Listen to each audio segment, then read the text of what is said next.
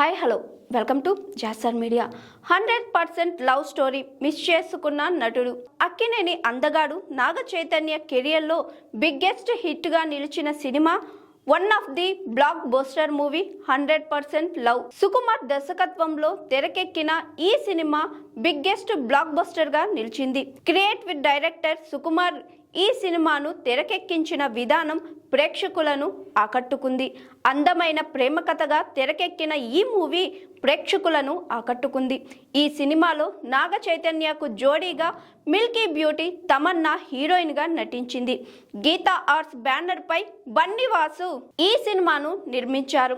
2011లో release అయిన cinema super హిట్గా నిలిచింది. ఇదిలా ఉంటే ఈ సినిమాను మిస్ చేసుకున్న హీరో ఎవరో తెలుసా?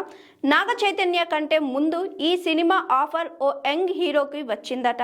కానీ ఏమైందో ఏమో కానీ ఆయనను పక్కన పెట్టేసి నాగ చైతన్యతో సినిమా చేశారంట సుకుమార్. ఇంతకు 100% లవ్ సినిమాను మిస్ చేసుకున్న హీరో ఎవరంటే అతను మరెవరో కాదు, వరుణ్ సందేశ్. శేఖర్ కమ్ముల దర్శకత్వంలో వచ్చిన హ్యాపీ డేస్ సినిమాతో హీరోగా పరిచయం అయ్యాడు వరుణ్ సందేశ్. తొలి సినిమాతోనే మంచి విజయాన్ని అందుకున్నాడు. ఆ తరువాత హీరోగా వరుసగా సినిమాలు చేశాడు. కానీ తగినంత గుర్తింపు తెచ్చుకోలేకపోయాడు.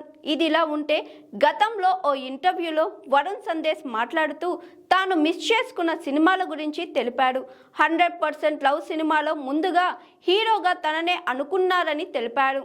అంతా ఓకే అనుకున్న సమయంలో సడన్గా నాగ చైతన్య ఈ సినిమా చేశారని చెప్పారు. కారణం కూడా నాకు ఏం చెప్పలేదు, నేను కూడా ఓకే అని లైట్ తీసుకున్నా అని తెలిపాడు. అలాగే అదే సమయంలో వరుణ్ సందేశ్ చేసిన మరో చరిత్ర సినిమా ఫ్లాప్ అవ్వడం కూడా కారణం అయ్యుండొచ్చేమో అని అన్నారు. 100% లవ్ సినిమా వరుణ్ సందేశ్ చేస్తుంటే ఆయన కెరియర్ టర్న్ అయ్యుండేది. ఇప్పుడు స్టార్ హీరోగా బిజీ అయ్యుండేవాడు అంటున్నారు కొందరు సినీ విశ్లేషకులు.